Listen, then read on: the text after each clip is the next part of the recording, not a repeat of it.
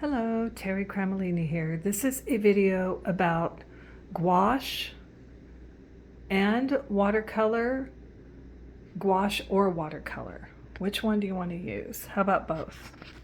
Gouache. All right, this is pretty much my collection so far of gouache. I just got into it recently.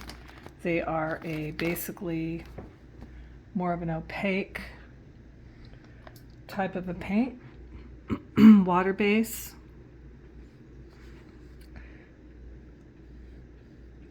That you can paint thick or thin, whereas watercolor, you can't use it thick. You know, you can, but it can get sticky. Excuse me. So gouache is almost like, for me, it's almost like using oil paint, but in a water-based form. I don't use gouache, acrylic gouache. I use the kind of gouache that's just the water gouache, because once it dries, here's an iridescent, this beautiful iridescent color. When that goes on, it's got a shimmer to it. I've got a little yellow ochre in there, but you can see it's got a shine to it. I'm not sure if you can see that. Let's put the light on it more. So anyway,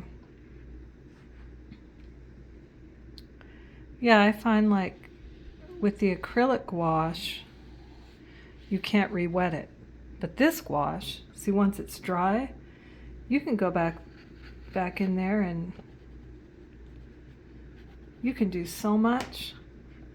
So I'll go over to my Caran d'Ache watercolor pencils, just bring one of those out and watch. You can just draw right in, no problem. And then even on top of that, let's say you make a little cup and saucer. Okay, go right in.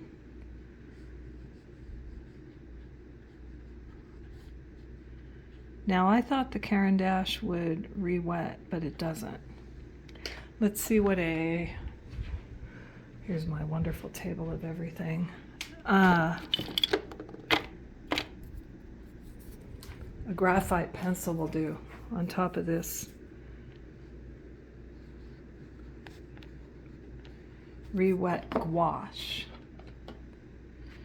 Let's see what happens there. Yeah, now that re-wets better than the Caran d'Ache watercolor pencils.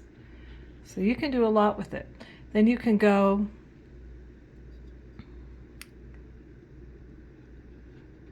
and once you re-wet it again, the gouache, you can actually almost mix it right on the palette if you want to. There's a lot of things you can do. These are just little swatchy things just so you can kind of see the nature. So you can let them mix together. So gouache is really versatile, and you could almost thin it down and just use it like watercolor. You know, nothing says you can't. So now, as I showed you, that's the gouache. This is all gouache. I keep them moist. These are all sealed palettes here. I keep a damp sponge in there. Just take some of this. I'll have more advanced video tripods and stuff soon, but this is the first videos I've done. Just get that damp. Dampen all your colors. I have my little palette swatch sheet under a plastic so it doesn't get all damp, because once I close this keeps the palette pretty moist. I go back in every few days and I dampen them. So there's all these wonderful, there's all these wonderful things you can do. Paint your cup more white. Paint your saucer. Go in and make this. You can do so many things with gouache. Now, these little palettes here they have like a silicone seal. Those are nice. You can find those on the internet, but that also, I go in every, week and dampen them just in case. But look at how nice and thick that gouache can go on there. Then once it dries, it's just kind of a matte finish. So I'm not going to, once again, I'm not going to talk about acrylic gouache. I'm just going to talk about the purely water-based gouaches.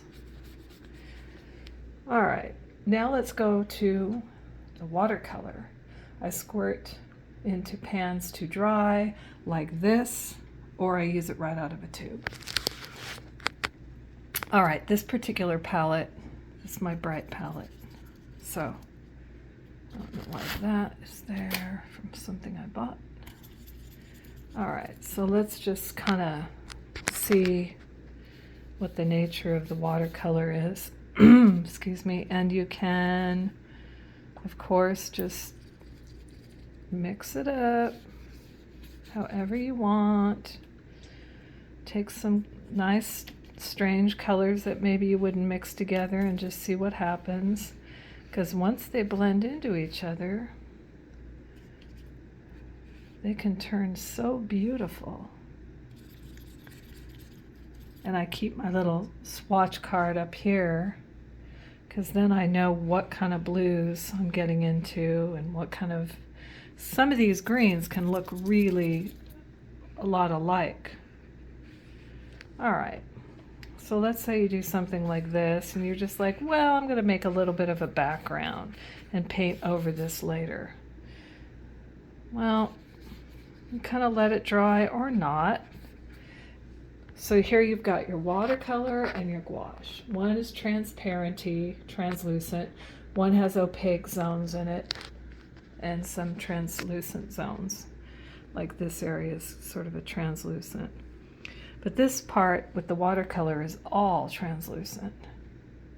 Okay, now let's take some gouache from over here on the gouache side and see what happens if we put some thick gouache onto that watercolor.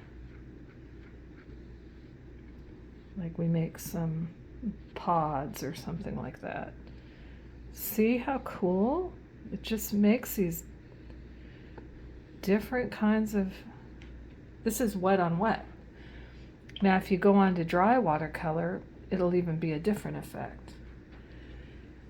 Go back to the gouache, pick out some of the gouache colors are more opaque than others. And I don't know right offhand which are which. I thought this yellow might be a little bit more transparent, but some of the gouache, oh, I know the ultramarine blue. Let's see, where's the ultramarine? Well, I'll just try this one. It's not quite ultramarine, but it is a little bit more translucent. Oh. But the ultramarine in gouache is definitely more on the translucent side. So anyways, that's kind of your little gouache watercolor example. And there you have it. Fun, bright colors, play, have a great time, and we'll see you next time.